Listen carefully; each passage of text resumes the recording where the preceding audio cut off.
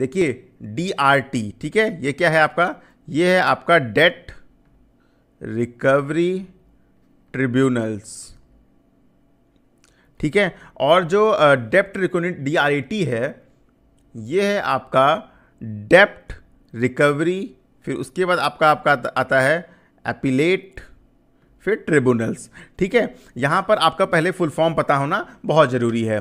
जो मैं कह रहा हूँ, अगर आप नोट्स बना रहे हैं या फिर अगर आप सिर्फ सुन रहे हैं तो ध्यान से सही सुनिएगा, क्योंकि वीडियो बहुत बड़ा नहीं है। DRT एंड DRAT जो हैं वो एक क्रिएट किए गए थे, क्यों, रिकवरी ऑफ डेब्ट due to banks and financial institution act 1993 के अंतर्गत। किस एक्ट के तहत? RDDBFI act 1993।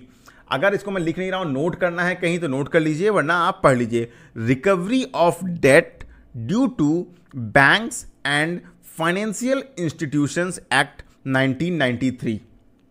अब ये बनाया गया, इसका गोल क्या था? इसका जो प्राइमरी गोल था वो था कि रिकवरी के प्रोसेस को स्पीड अप करना फाइनेंशियल इंस्टीट्यूशंस के लिए। मतलब बैंक का लोन फंसा हुआ है, NPA हो गया है, कोई पैसा नहीं दे रहा है, तो बड़ा लोन है 1 करोड़ का, 2 करोड़ का, तो उसके लिए ये काइंड ऑफ कोर्ट्स हैं जहां पर केसेस चलते हैं और स्पीड अप होता है रिकवरी प्रोसेस, डिसीजन थोड़ा फास्ट होता है। ट्रेडिशनल जो सिविल कोर्ट, नॉर्मल कोर्ट होती हैं, वहां पर इतने पेंडिंग केसेस होते थे कि वहां पर सालों सुनवाई नहीं होती है। तो इसीलिए इन चीज़ों के लिए स्पेशल DRT एंड DRAT जो है वो आपके बनाए गए थे। DRT क्या है? DRT में मतलब लोन की रिकवरी के जो केस हैं वो बहुत स्विफ्टली और तेज़ी से सॉल्व हो जाते हैं। साथ में जो एक जो DRAT है वो एक अपीलेट बॉडी की तरह जो है काम करता है।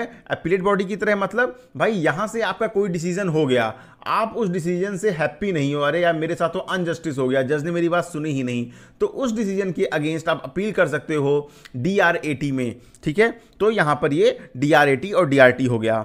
अगर हम बात करें एज ऑफ नाउ कितने DRTs हैं, 39 DRTs जो है वो इंडिया में हैं एंड 5 DRATs हैं, डेट रिकवरी अपीलेट ट्रिब्यूनल्स हैं, ठीक है, जो कि अक्रॉस द इंडिया हैं। अब जो है सबका जुडिक्शन डिसाइड है कि कौन सा DRT जो है कहाँ के केसेस को सुनेगा, ठीक है। अब जो DRT है वो हैंडल करता है एक एप्लीकेंट्स को, जो बैंक्स एंड फाइनेंशियल एप्लीकेशंस जो है वो वहाँ पर क्या करते हैं, जो भी बैंकिंग इंस्टीट्यूट्स हैं या बोरोवर है वो DRT में केस डालता है, फिर वहाँ पर सुनवाई होती है। एंड DRAT क्या करता है, जो DRT के ऑर्डर्स हैं, जो DRT ने जो भी डिसीजन दिया है उसके अगेंस्ट अगर कोई जाता है तो वहाँ पर उसकी सुनवाई होती है कि भाई DRT ने डिसीजन सही दिया या नहीं दिया। अगर हम बात करें कि जुरिस्डिक्शन एंड पावर्स DRTs की क्या क्या होती हैं इसके बारे में, तो देखिए DRT जो है वो केसेस को देख सकती है जहां लोन अमाउंट सॉरी यहाँ पे यू मिस हो गया, 20 लाख और अबव है, 20 लाख और अबव। ऐसा नहीं लोन 50,000 का चले गए और DRT, तो वो चीज़ें नहीं होती है, ठीक है।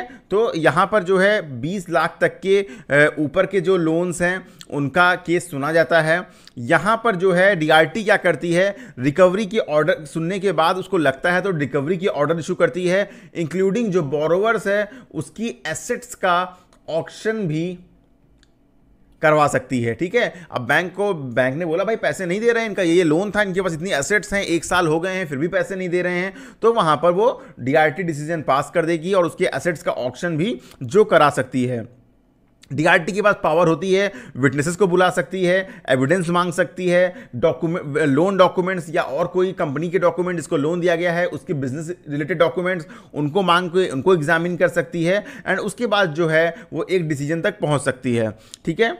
और उसे कहते हैं कि बैंक को जो है जितनी भी एसेट्स उसके पास प्लेस्ड रखी हैं बोरोवर ने जितनी भी गिरवी रखी है या गिरवी नहीं भी रखी है, ठीक है, दोनों कंडीशन में जो है DRT जो है एसेट्स की नीलामी के वो डिसीजन दे सकती है। अब देखिए एक कंपनी है, एग्जांपल से समझिए XYZ लिमिटेड, ठीक है, इसने लोन लिया बैंक से कितने का, 50 लाख रुपए का इसने लोन किया। अब उसको जो रीपे है वो ये नहीं कर रहा है, कह रहा हम पैसे नहीं दे पाएंगे, तो बैंक क्या करेगी, बैंक जाएगी DRT में जो है केस फाइल करेगी, ठीक है। अब ट्रिब्यूनल क्या करेगा, DRT क्या करेगा, DRT देखेगा XYZ की कंडीशन क्या है, उनके पास एसेट्स कितने हैं, और उसके बाद कुछ हियरिंग्स होंगी। हियरिंग्स के बाद डीआरटी जो है वो ऑर्डर दे देगी कि भाई इन एसेट्स को बेच कर सेल करके बैंक जो है अपना लोन रिकवर कर ले। समझ गए बेसिक से प्रोसेस कितना है? ये है आपका डीआरटी का काम और डीआरटी का प्रोसेस। ठीक है, अगर हम बात करें डीआरएटी के, तो देखिए डीआरएटी में क्या होगा आपका, अब देखो डीआरटी में जो भी डिसीजन दिया गया उसके बहुत टाइम नहीं होता है, विद इन 30 डेज आप जो है डीआरएटी में के फाइल कर सकते हैं अपील के लिए। लेकिन टिपिकली जो एक जनरल सिनेरियो है उसमें क्या है, आपको 50% अमाउंट वहां पर जमा करना होता है। जैसे आपको डीआरटी ने वहां पर बोला कि 50 लाख रुपीस की इनसे लोन रिकवरी होनी है, तो 25 लाख रुपए आपको जमा कराने होंगे डीआरएटी में। उसके बाद जो है आपके केस की सुनवाई होगी। ठीक है, एग्जाम्पल करते हैं, सपोज वही XYZ लिमिटेड है और इसमें जो है 50% रुपीज 50% जो मनी 50 लाख कितना हुआ, 25 लाख हुआ, तो वो 25 लाख जो है आप जमा करा दोगे, तभी जो डीआरएटी है वो डीआरटी के डिसीजन को रिव्यू करेगी। ठीक है, अपील का प्रोसेस क्या होता है, वही आप 50% अमाउंट जमा कर दें और फिर डीआरएटी एग्जामिन करेगी कि डीआरटी का जो जजमेंट था वो करेक्ट था या नहीं था। अगर करेक्ट नहीं था बाय चांस तो फिर मॉडिफाई कर सकती है, अगर करेक्ट था तो कोई बात नहीं, डिसीजन एज इट इज बना रहेगा। जो डिसीजन होता है ये बाइंडिंग होता है, ये नहीं कि हम माने या ना माने, ऐसा नहीं है, इट इज बाइंडिंग होता है। एंड उसके बाद कुछ सर्कमस्टांसेस में हायर कोर्ट्स में भी इसके अगेंस्ट जाया जा सकता है। अब डीआरटी एंड डीआरएटी का इंपैक्ट क्या है, ये एक वाइटल रोल प्ले करते हैं एनपीए को घटाने में, टाइम बाउंड रेजोल्यूशन देते हैं और बोरोवर की एसेट को सीज करने का इनके पास जो है वो अधिकार होता है, जिससे जो है हमारा जो एनपीए है वो इजीली रिकवर होता है। ठीक है, बाकी आई थिंक इससे ज़्यादा जो है डीआरएटी के बारे में आपको कुछ जानने की ज़रूरत है नहीं। एंड आपको बेसिक मैंने बता दिया है, वीडियो रह गई थी तो मैंने इंटरव्यू क्लास में अपलोड कर दी थी। And thank